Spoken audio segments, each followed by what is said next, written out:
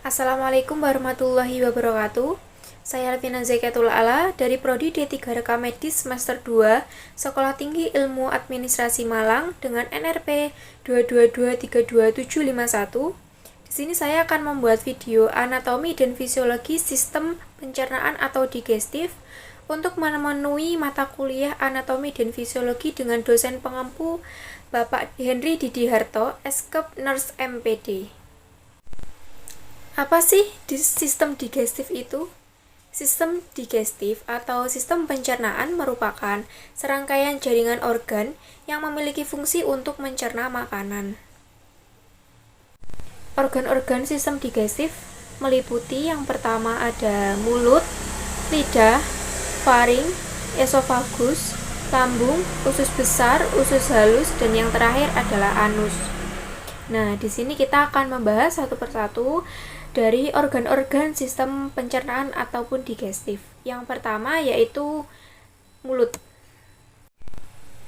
Mulut atau oris merupakan tempat permulaan bagi proses digestif mekanis, yaitu dengan cara mastikasi atau mengunyah, dan juga proses digestif kimiawi melalui enzim yang terdapat dalam saliva.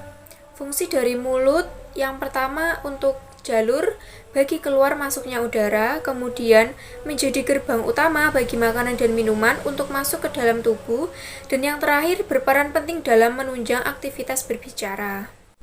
Nah, mulut sendiri mempunyai batas-batas. Yang pertama, bagian depan rongga mulut atau oral cavity dibatasi oleh bibir. Kemudian bagian atas dibatasi palatum durum hingga palatum mole, dan yang terakhir bagian bawah terdapat otot-otot yang membentuk bagian mulut dan lidah serta pipi. Bagian-bagian dari mulut, yang pertama rongga mulut bagian luar atau vestibula, yaitu ruang di antara gusi, gigi, bibir, dan pipi. Yang kedua, rongga mulut bagian dalam, yaitu rongga yang dibatasi sisinya oleh tulang maksilaris, palatum, dan mandibularis di sebelah belakang bersambung dengan faring rongga mulut bagian luar atau vestibula, yaitu ruang di antara gusi, gigi, bibir, dan juga pipi. Next, untuk organ yang kedua yaitu lidah.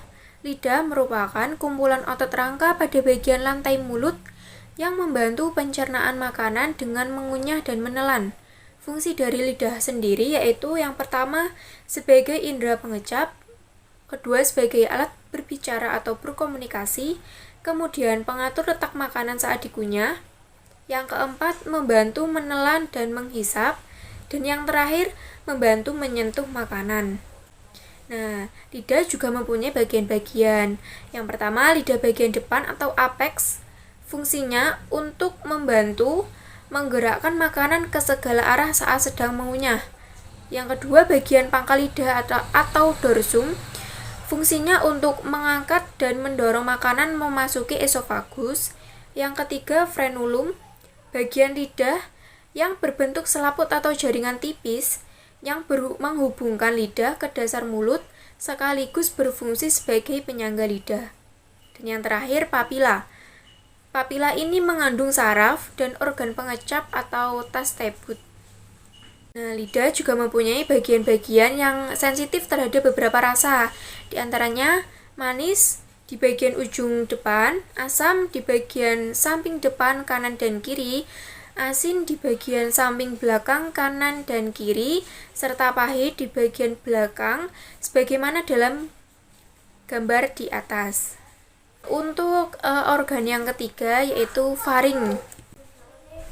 Faring adalah suatu kantong fibromuskuler yang bentuknya seperti corong, yang besar di bagian atas dan sempit di bagian bawah, serta terletak pada bagian anterior kolum vertebra yang panjangnya kurang lebih 14 cm.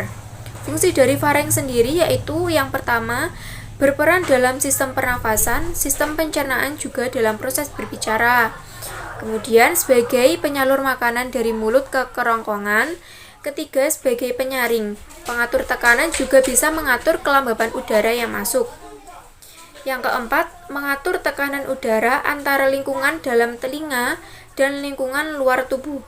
Dan yang terakhir, tempat rangsangan bersin terjadi untuk mengeluarkan benda asing. Struktur lapisan faring ada 3. Yang pertama lapisan mukosa, fribosa, dan yang terakhir lapisan muskular atau otot.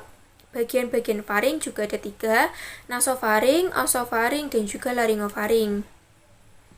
Yang keempat ada esofagus. Esofagus adalah saluran muskuler yang menyalurkan makanan dari faring menuju lambung. Fungsi esofagus sendiri, yang pertama untuk menyalurkan makanan dari mulut ke lambung, kemudian menghasilkan gerak peristaltik, yang terakhir mencegah laju isi dan cairan lambung. Struktur esofagus atau kerongkongan tersusun atas 4 lapis. Yang pertama lapisan serosa, lapisan terluar kerongkongan, kemudian lapisan otot berupa lapisan otot polos yang bekerja tanpa sadar. Yang ketiga lapisan submukosa berupa lapisan jaringan ikat longgar yang berisi pembuluh darah, limfe, saraf, dan kelenjar lendir. Dan yang terakhir lapisan mukosa. Lapisan mukosa pada kerongkongan disusun dari sel epitel berlapis pipih bertingkat dan jaringan ikat tipis. Untuk organ selanjutnya, yang keenam ada gaster ataupun lambung. Gaster atau lambung merupakan bagian dari struktur gastrointestinal pertama yang berada di intraabdominal. Bagian-bagian lambung antaranya pars bagian kardiaka, kemudian fundus gastricum, lalu corpus gastricum, dan yang terakhir pars pylori. Lapisan-lapisan dari lambung sendiri terdiri dari tunika mukosa, lapisan lambung yang tersusun atas lipatan-lipatan longitudinal yang disebut rugae, kemudian tunika submukosa. Lapisan ini tersusun atas jaringan areolar longgar yang menghubungkan tunika muscularis dengan tunika mukosa. Lalu yang ketiga tunika muscularis. Lapisan ini terdiri dari 3 lapisan otot polos, yaitu stratum longitudinal atau membujur, stratum sikular melingkar atau bundar, dan stratum oblique melintang. Dan yang terakhir ada tunika serosa. Lapisan ini berasal dari peritoneum fiscularis yang melanjutkan ke arah hepar menjadi omentum minus dan ke arah kolon sebagai omentum majus. Organ selanjutnya ada usus halus.